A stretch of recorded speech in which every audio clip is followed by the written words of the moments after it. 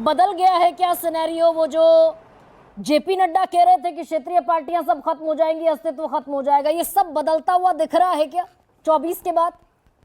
और झारखंड में जो सीट शेयरिंग हुई एनडीए में, वो सबसे बड़ा एक क्या कहें उसको, सैंपल के तौर पर, केस स्टडी के तौर पर देख सकते हैं क्या?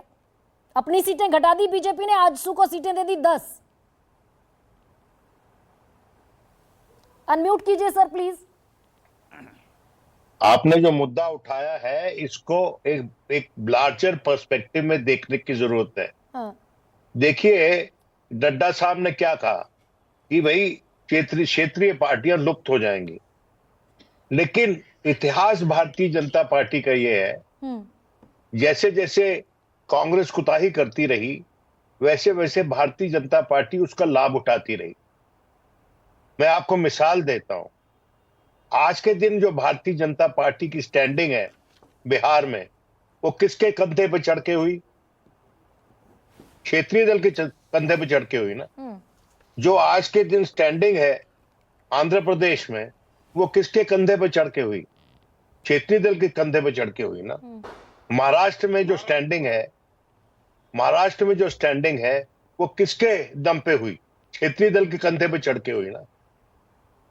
यहां पर महाराष्ट्र में जूनियर से सीनियर पार्टी हो गए, बिहार में जूनियर से सीनियर पार्टी। मैं यह समझा रहा हूं ना आपको। हाँ। अभी मेरे दोस्त त्यागी जी बोल रहे थे और इस तरफ उन्होंने इशारा नहीं किया, लेकिन भारतीय जनता पार्टी ने परस्पर चतुराई दिखाते हुए और कांग्रेस ने परस्पर कुताही बरतते हुए जो हशर हुआ उनका, वो आपके सामने है, और जिन्होंने गेन किया वो भी आपके सामने है। तो बीजेपी को अपना इतिहास पता है, ना जाने किस संदर्भ में नड्डा साहब ने वो कह दिया। नड्डा साहब वैसे बहुत शालीन व्यक्ति हैं, मैं कई वर्षों से उनको जानता हूं। और मैं आपको एक किस्सा सुना दूं, सेंसिटिविटी सुनिए बीजेपी की। देखिए, भारतीय जनता पार्टी ने pan Indian presence regional parties के से दोस्ती करके उनके पाले में घुसकर अपनी जगह बनाकर की है।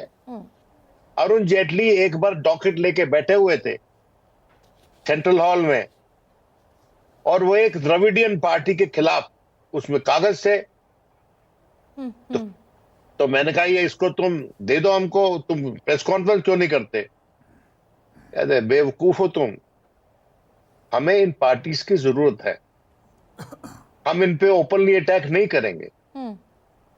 हमको इनको अटैक करना होगा तो दूसरे तरीके से करेंगे, खुद नहीं करेंगे। भारत की फेडरल पार्टी की सच्चाई है ये। लेकिन मैं ये पूछ रही हूँ विनोद जी आपसे, मुझे थोड़ा सा प्रिसाइज जवाब दीजिएगा, बल्कि दर्शकों को प्रिसाइज जवाब दीजिएगा। 23 का स्टेटमेंट है जेपी नड्डा का, बीजेपी के राष्ट्रीय अध्यक्ष का, खात्मा हो जाएगा, रहेगी तो सिर्फ बीजेपी। ये कॉन्फिडेंस इसलिए आया क्योंकि 10 साल उनको क्षेत्रीय छत्रपों की जरूरत नहीं पड़ी, 303 के अपने दम पर सांसद थे। इंडीड भाई तो जरूरत नहीं पड़ी ना। लेकिन 2024 के बाद ये क्या सारा सिनेरियो बदल गया। भाई चंद्रबाबू नायडू की भी जरूरत हुई, नीतीश कुमार की भी जरूरत पड़ी, शिंदे की भी जरूरत पड़ी, चिराग पासवान की भी जरूरत पड़ी, जीतन राम मांझी की भी जरूरत पड़ी। जो आपने हमने सुना, हाँ, वो जनता ने भी सुना गरिमा। हाँ। और जनता मूर्ख नहीं है, जनता ने कोर्स करेक्शन कर दिया। उसी जनता ने सुना जिसने कॉन्स्टिट्यूशन बदलने की बात सुनी थी, उसके साथ साथ ये भी सुना। देखिए, ये बयान अपने पांव पे कुल्हाड़ी मारने वाला बयान था। हाँ। ये बयान कभी नहीं करना चाहिए था। और दूसरा बयान माननीय नड्डा साहब का, उनकी मैं बहुत इज्जत करता हूं, वो जो उन्होंने आरएसएस के बारे में बात कही थी, वो डेविएट हो जाएंगे विनोद जी, उस पर जाएंगे तो। पर उन्होंने सिर्फ क्षेत्रीय दलों के बारे में बात नहीं कही, उन्होंने अपनी आरएसएस के बारे में भी ये बात कही, किस संदर्भ में कही, सक्षम है तो अलग चर्चा होनी चाहिए। लेकिन डेविएट हो जाएंगे विनोद शर्मा। अब